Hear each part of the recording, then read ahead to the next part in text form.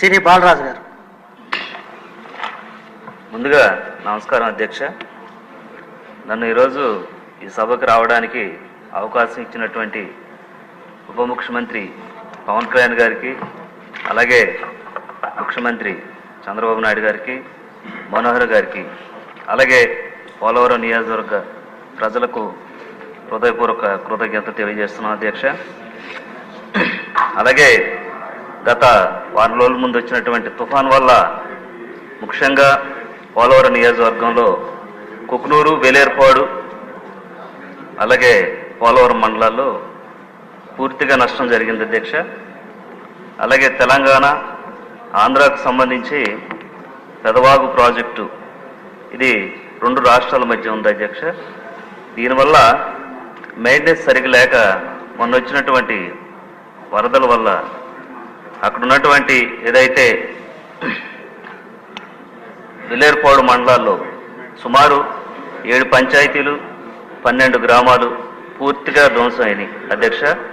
అలాగే సుమారు 3000 కుటుంబాలు ఈరోజు దానివలన రోడ్లు, ఇల్లు, అలాగే వ్యవసాయ భూములు కూడా పూర్తిగా ధ్వంసం అయినాయి అధ్యక్ష.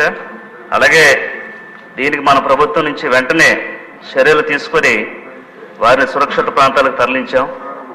అలాగే వారికి అదే గ్రామంలో భోజన సదుపాయాలు, మంచినీరు, వైద్య సదుపాయం, అలాగే వారు ఉండటానికి బరకాలు ఇవన్నీ కూడా నివాసితులకి ప్రభుత్వం ద్వారాగా వెంటనే అందించాం అధ్యక్ష. అలాగే నష్టపోయినటువంటి ఏదైతే ఈ 3000 కుటుంబాలకి మన ప్రభుత్వం ద్వారాగా వెంటనే ఆర్థిక సహాయం చేయాలని మన ముఖ్యమంత్రి వారిని కోరడం జరుగుతుంది అధ్యక్ష.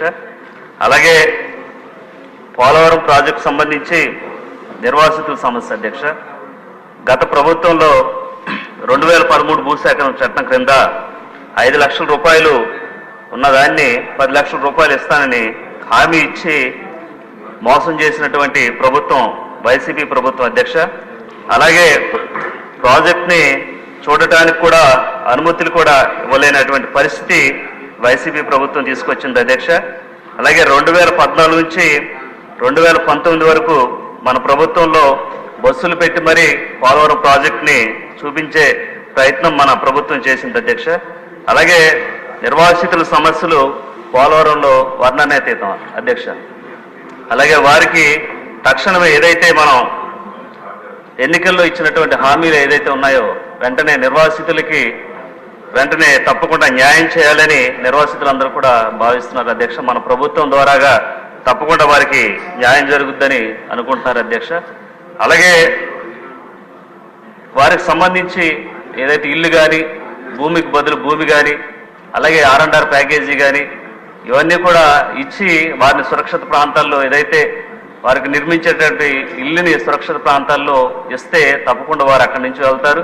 ఏదైతే వరదలు వచ్చిన టైంలో తప్పకుండా వారు సురక్షిత ప్రాంతాలు ఉండే విధంగా మన ప్రభుత్వం తప్పకుండా చర్యలు తీసుకోవాలని మనస్ఫూర్తిగా కోరుకుంటూ ఈరోజు ఏదైతే వారికి నష్టపరిహారం ఇచ్చి మన ప్రభుత్వం ద్వారా ఆదుకోవాలని తప్పకుండా అదే క్రమంలో పోలవరం నియోజకవర్గంలో ఉన్నటువంటి గిరిజన ఏదైతే నిర్వాసితులు ఉన్నారో వారందరినీ కూడా మన ప్రభుత్వం ద్వారాగా తప్పకుండా ఆదుకోవాలని ఈరోజు ప్రభుత్వాన్ని పోలవరం నిర్వాసితుల తరఫున నేను వేడుకుంటూ ఈరోజు ఈ అవకాశం ఇచ్చినటువంటి పవన్ కళ్యాణ్ గారికి, అలాగే మనోహర్ గారికి, చంద్రబాబు నాయుడు గారికి నా హృదయపూర్వక కృతజ్ఞతలు తెలియజేస్తూ సెలవు తీసుకుంటున్నాను. జ్యోతుల నెహ్రూ గారు.